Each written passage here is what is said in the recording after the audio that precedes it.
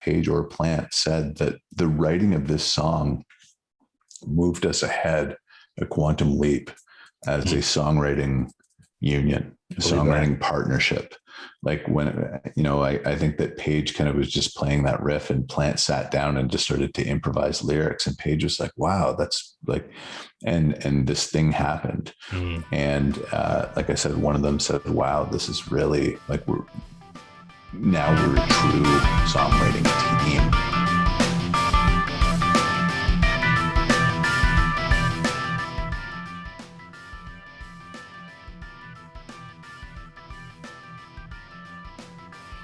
I'm going to talk to you about something.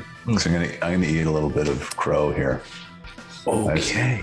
I have something to show you. Oh my God. So remember the last episode I was hacking on you for, the counterfeit Basil Hayden. Yeah, there's no Haydens. It was all like, yeah, see that. Well, which is weird, right? Because this is the bottle that I have.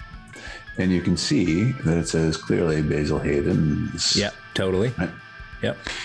Now, I go to the liquor store last Saturday. Yeah. And what do I see with this little number? Oh, that looks great. Look at that. This isn't available anymore. I didn't see this, which is kind of cool because this thing is a bit clumsy, right? I was going to say, it seems pretty loose. You were correct. I was a little surprised. Thanks for admitting to it though. Thanks for coming back on the show. And I had to come clean. See, that just speaks to your character, Mr. Jensen. You are a stand-up guy.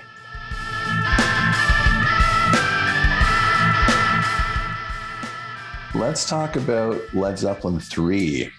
Yeah. I have a feeling, and this is just a hunch, that we're going to have some differing opinions, I think. You think so? Let's get your overall take, but then we'll go through the songs one by one. But I want to hear your take on what the record means to you. Well, that's deep.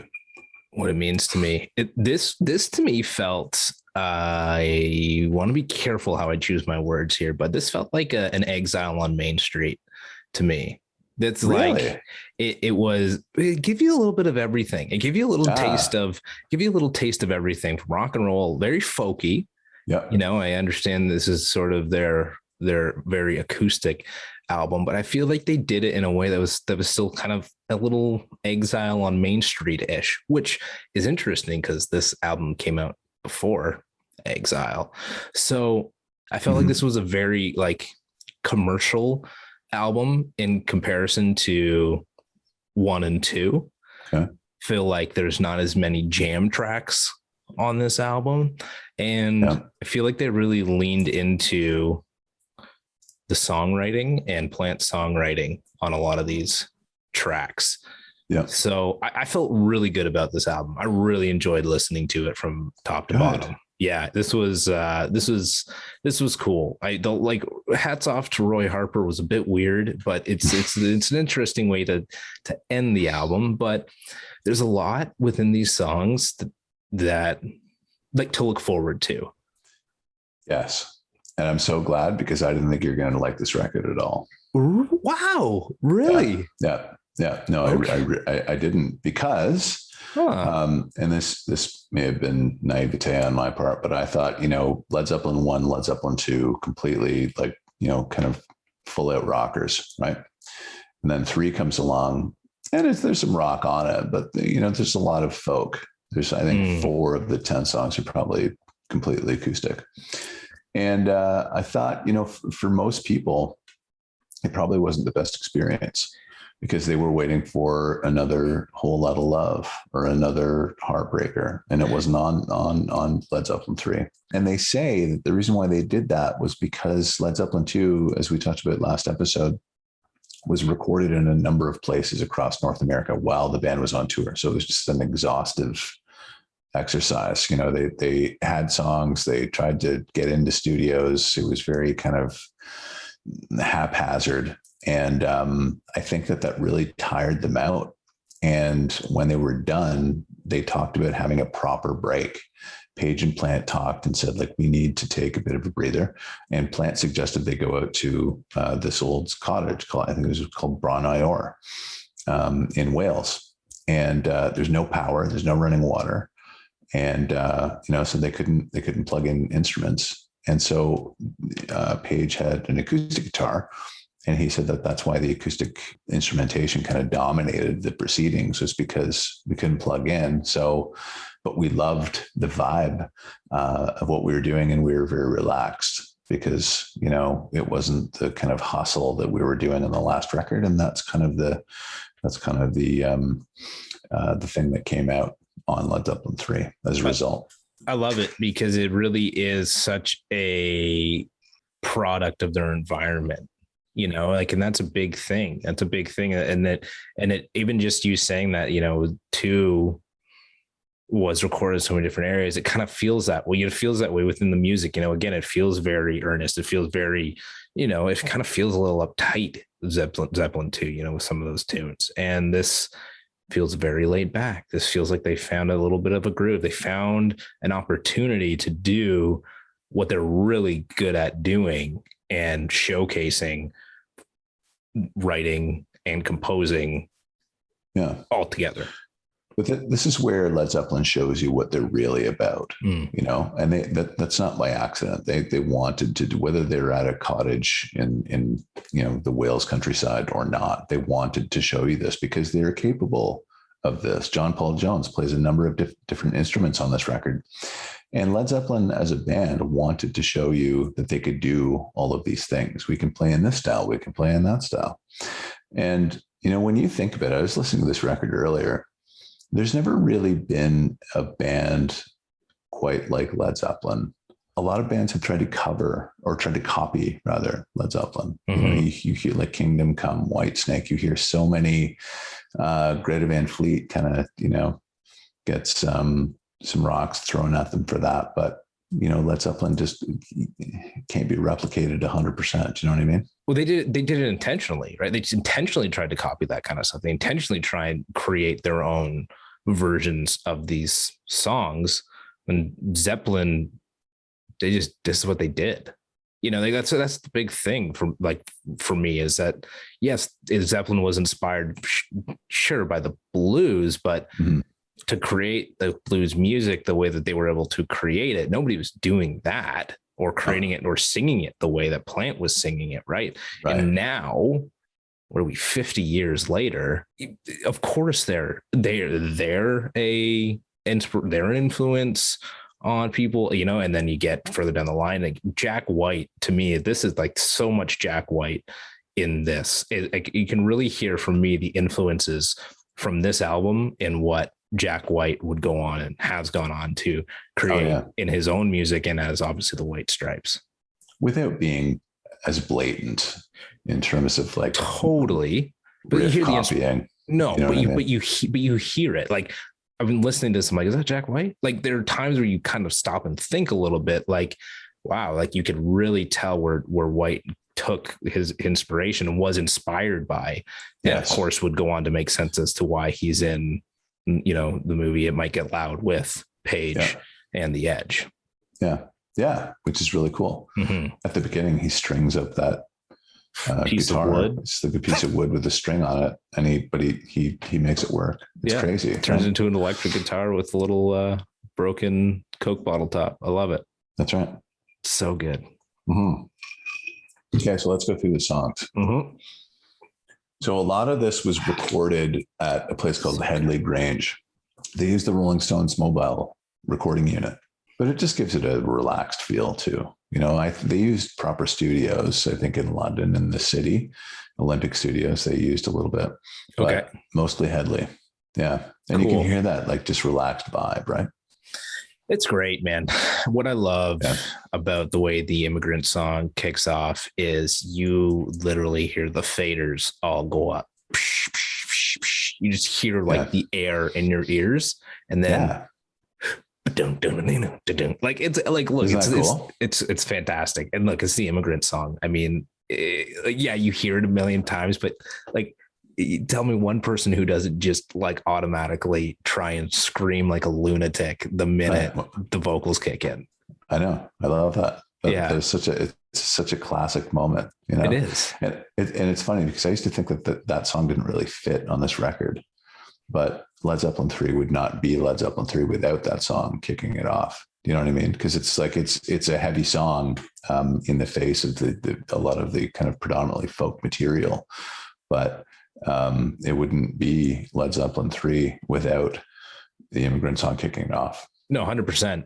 But it's interesting, right? It's almost like, look, we need to put this on here to remind people this is why they're listening to us. And now that we've hooked them with a song that is almost as catchy, if not better than Whole Lot of Love, and from a riff factor, now we've got you. Yeah. Here we go. Here's a song like Friends to follow it up.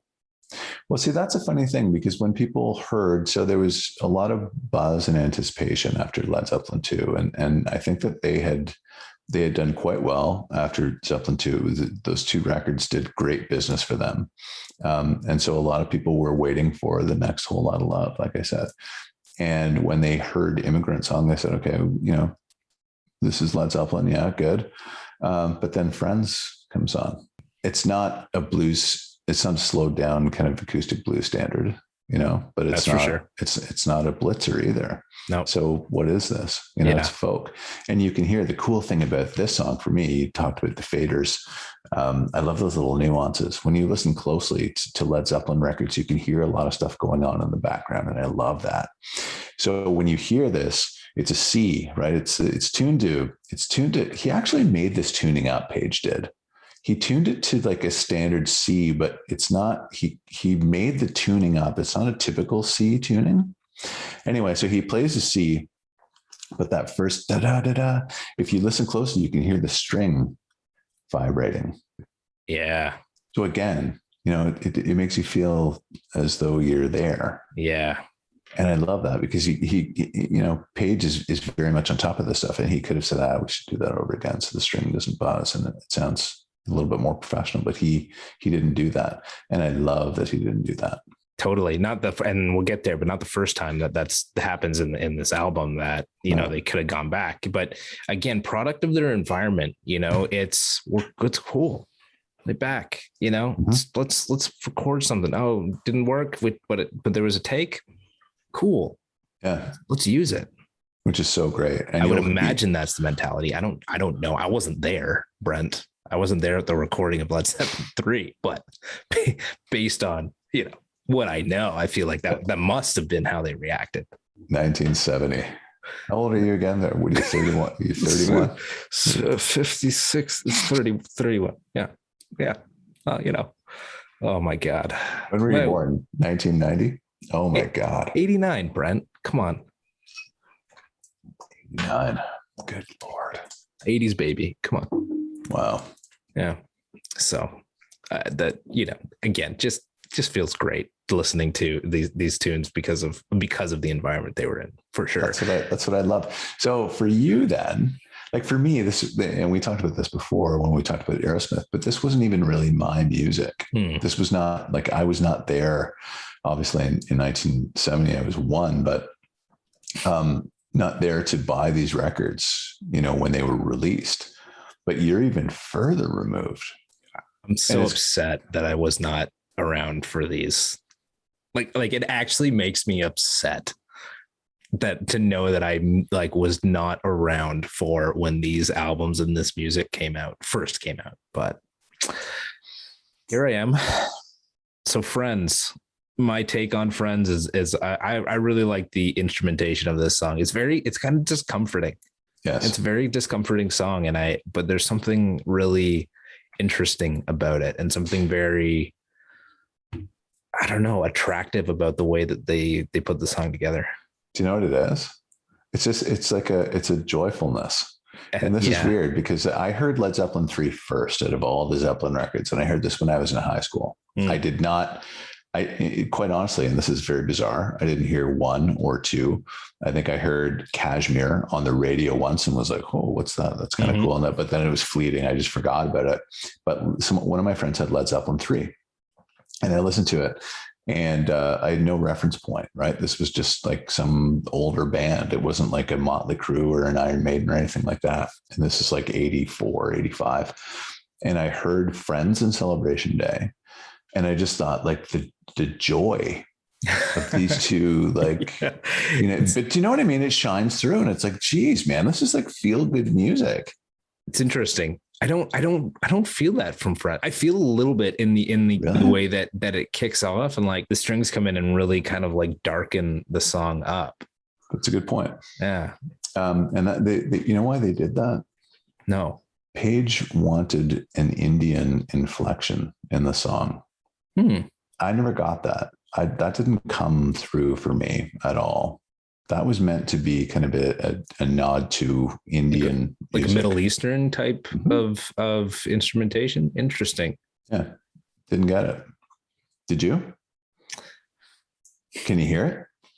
I mean, I don't know. Maybe now that you say it, but no, it's not what I took at first. It just seemed very. It's just very dark. Yeah, it felt very unsettling. And usually when I hear that, I'm not like a big fan of it, but there's something about the way that it mixes with the guitar. Yeah. Just kind of works. It feels like a very, again, those violins. And I say old, but like I guess at the time it was like current, like, you know, movie, like cinematic, you know, movie soundtrack, right? To drama or something of the time. So yeah, strings. That's cool. But I think maybe the lyrics led me in a different direction. You know, Plant just sounded like so happy, right? You know, ooh, I'm telling you now, the greatest thing you ever could do. Like, it was like, wow, this is really cool. Like, it's like a feel good thing. Yeah, nice. I didn't focus too much on the lyrics in this song. I was too taken by the instrumentation that I kind of would just get lost in. See, that's cool. That's what's cool about talking about this, right? Because I see this completely different from the way that you see it. And I like that. Yeah. A couple of the other songs I get into, I do like the lyrics that have more of an impression on me. But something like Friends and then Celebration Day, which is just like what a tune. Yeah. Right. It's so fun. See, again, that's a joyful song, you know, about a guy, you know, hey mom, I joined a band. Yeah. You know, we're going to have a good time. Like, it's just like, wow, I'm so happy for this guy. Yeah. Like, it's so, that's what I thought. I'm like, wow, this guy's like really kind of got it together. He's so happy. It's awesome. I love that. The next one is not a favorite of mine.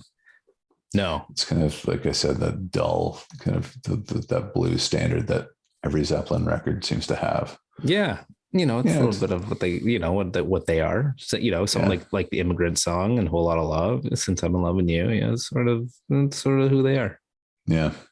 Well, it's like I said, like, it's like their response to I Can't Quit You, you know, or You Shook Me. Like, they always seem to have that kind of, you know, slow blues standard, but it's a skipper for me.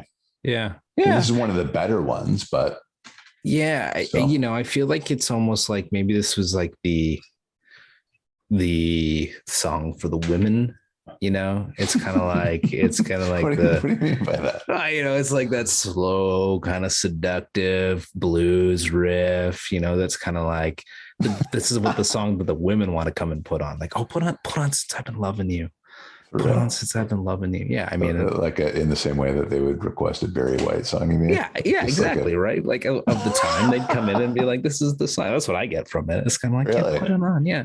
And then they find out that like it's about, you know, a relationship where the guy's just like feels like he's working a dead end job, you know, and then catching her cheating on him, you know, until they realize what like the lyrics mean. But like the cool thing is, I think, you know, what I did read while looking up this song is that this is like a one take solo from Page. Oh, really? On this tune. Yeah. This is a demo, like a solo. I think he'd been practicing it, but they recorded it one take, and that's what they've got on here. I'm not surprised. I didn't know that, but not surprising. Out on the Tiles. Bonham wrote that. Did you know that? No. Yeah. Weird. No, but it makes sense, because if you listen to it, that riff, he wrote those riffs. And so they kind of go on, but the time shift is weird, right? Because it's not like a standard, like kind of 4/4. It almost like catches itself early. You know, so when you listen to the riff, and there's a part where in the middle of the song, I can't remember exactly where it is, it almost sounds like they screw it up. they like, it kind of goes sideways and they pull it back just in time because the time signature is very strange. Yeah, go back and listen to the song. It's on a standard time signature. Gallows Pole. Gallows Pole is just like such a terrific song. The way that they do this, as you said, it's like an old traditional folk song. And this is like, we talked about Zeppelin stuff that was, traditional. Mm-hmm. This is like super old, traditional, passed down through the ages. The concept of this song. Yeah. Do you know about the history of the song? No. So it's been named a number of different things. The maid freed from the gallows. Well, that's it. Right? Okay. That's what I know.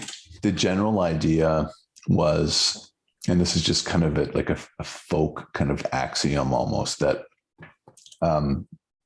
it was a maiden or a man or somebody who had committed a crime. They were about to be hanged, and then they appealed for a delay so that somebody could come and save them. But there was always a different outcome, right? So like if it was a maiden, she would say, please, this guy's going to come and mom's going to come and my dad's going to come, whatever it is. And then the song kind of takes you through what happens and how the story concludes. So oftentimes the maiden would say, I'll pay you, or I'll pay you the price. And that meant, she would be willing to kind of give her virginity away or whatever. There were all sorts of different permutations of the song. Zeppelin chose the one where I think it was a man, not a woman. And then anyway, the person hanged at the end.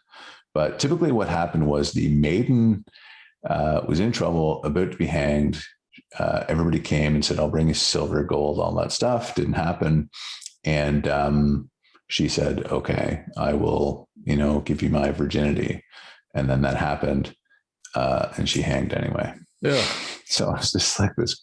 Anyway, yeah. It's a terrible time to live. Yeah. I'd like to live in the 70s, would not like to live in the 1300s. Mm-hmm. Yeah. Yeah. Wow. That's cool.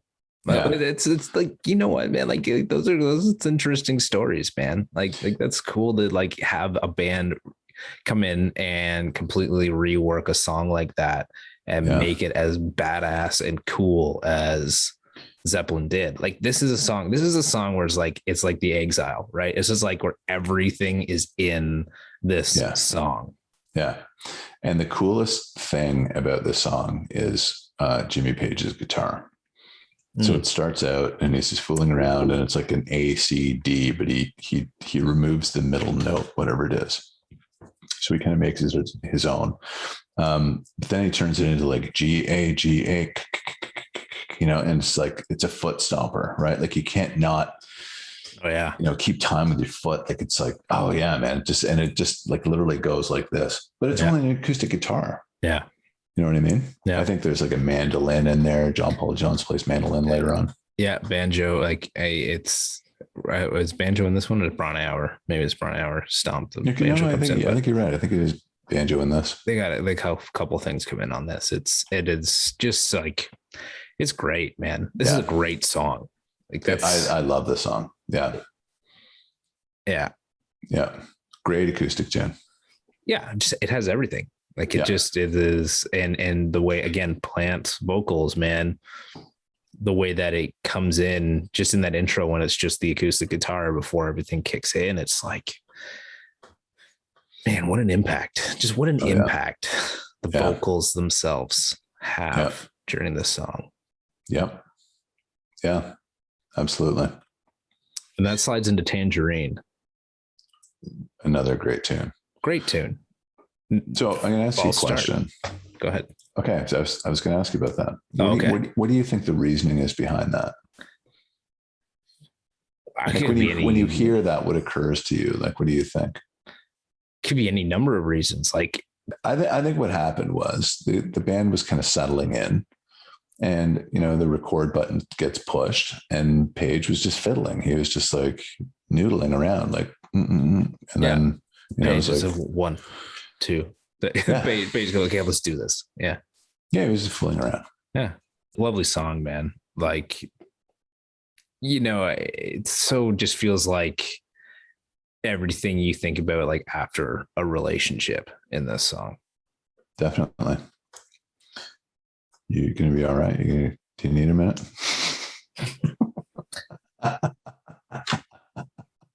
Yeah. No, I don't need to. You know what, man? It's the same way that That's the Way does, man. It's like Tangerine and That's the Way. Like these are tear jerkers, these tunes, man. Like when you like if you sit down and think about them and listen to them and sort of put yourself in these scenarios, it's actually like what now that I'm older, Brent, and then I've kind of like gone through some of these.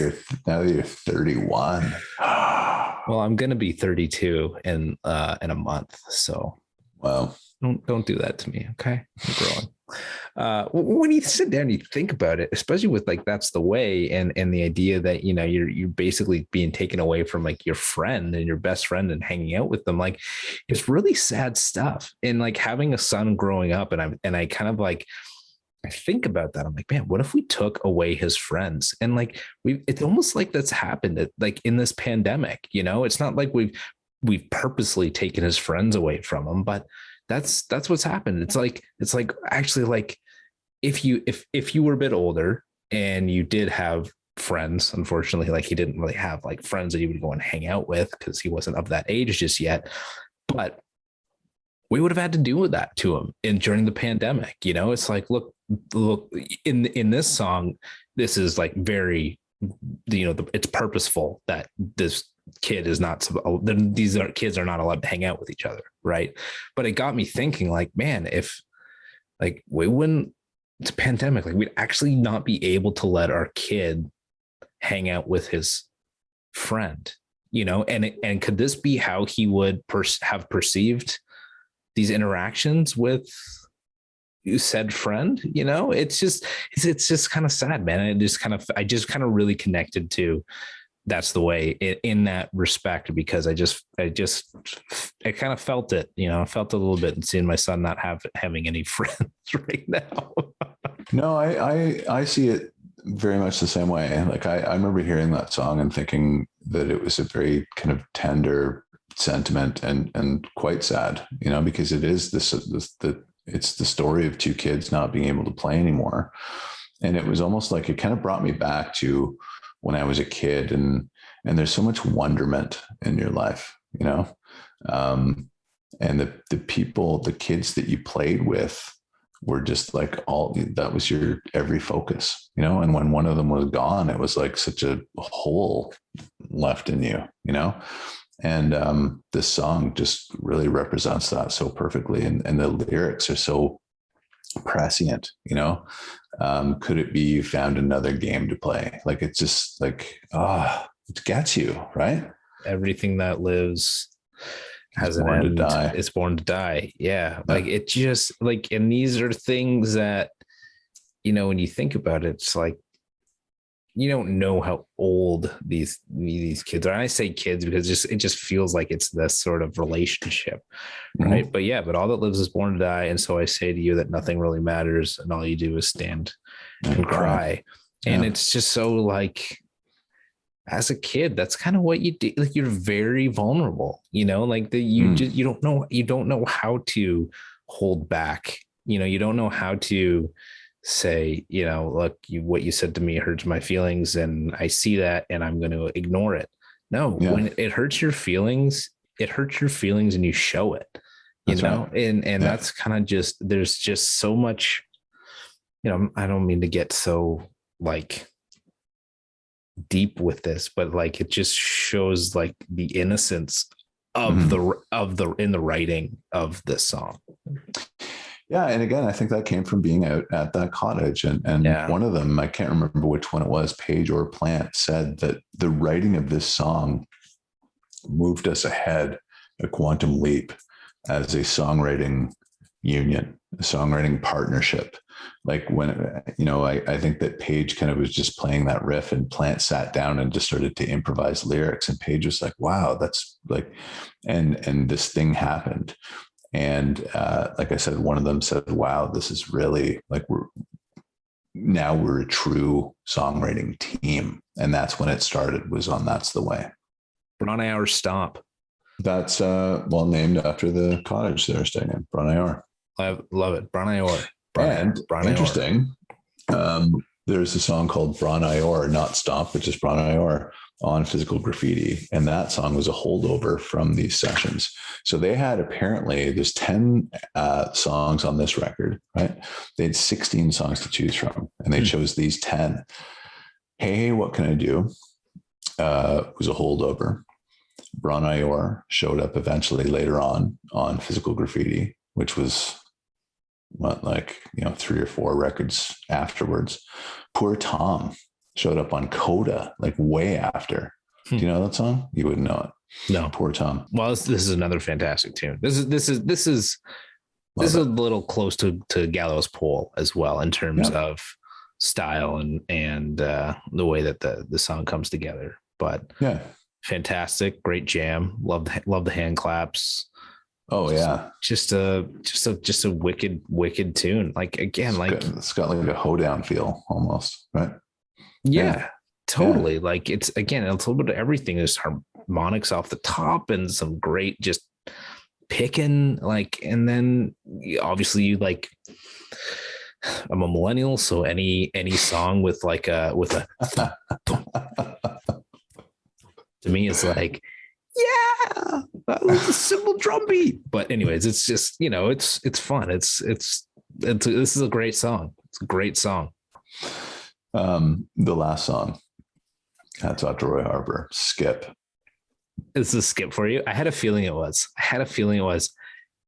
This is a very cool experimental song. I think it's very interesting. I think it's kind of like you put it on to hear what you could do in the studio at the time. I feel like when kids listen to it today, they're like, oh, I just hit this plugin. I just hit this button. It'll make my voice do that. Like, sure. But you know what? Actually, in order for Plant's voice to do this, he actually had to sing through like a vibrato amp and have like a tremolo. Like it wasn't just like click the button and make it happen, right. And I actually really like the slide. It's a little messy. I feel like it really wraps up what this album and the feel of the album is all about. Yeah. And in terms of the slide guitar, it kind of harkens back to Friends in a way, and it's just kind of like, it's like, hey, let's have a little experimental thing here to it. And I don't know what Led Zeppelin is it 4 next? They do 4 or yes, they do. Yeah, okay. Led Zeppelin 4. So I don't know what comes on 4 exactly, but I don't know if it sort of like leads into what 4 is about, or if this is just kind of like 4 is just like a tour de force record. Zeppelin seems pretty important. They seem pretty important. Yes, they are. They're very, very important. And I will say again, there's never been a band like them, and there probably won't be another band like them ever again. Is this your favorite band of all time? No. Van Halen is. I think Van Halen. I don't know if I could pick just one, I really don't. I believe that. I really don't think that I can. Well, Zeppelin III is in terms of what I've listened to, this to me is one of the greatest. This is I don't know. I almost, when I was listening to it, wanted to say this is the best album I've ever heard. This is one of the best. Like, this is the best album I've listened to. Yeah, just with everything that comes with this album. I feel like it has. I feel like it has everything. There's no skips for me, and I think that like it's just really well put together, really well. So it's perfectly sequenced. I wouldn't do anything. I wouldn't change anything about the sequencing of this album. I'd knock Harper off the end of it. Get over it. Like they should have put poor Tom on this, or they should have put, hey, what can I do, or whatever. Actually, I don't really like that song either. How many records did this sell, Brent? Do you think it would have made a difference? I don't know. I love this. I love this album. Thank you. Very welcome. Led Zeppelin 4 awaits you. Here it comes. All right, my friend. All right. My friend. Cheers, brother. Get some ice in that drink. Thanks, brother. Not a chance. Later.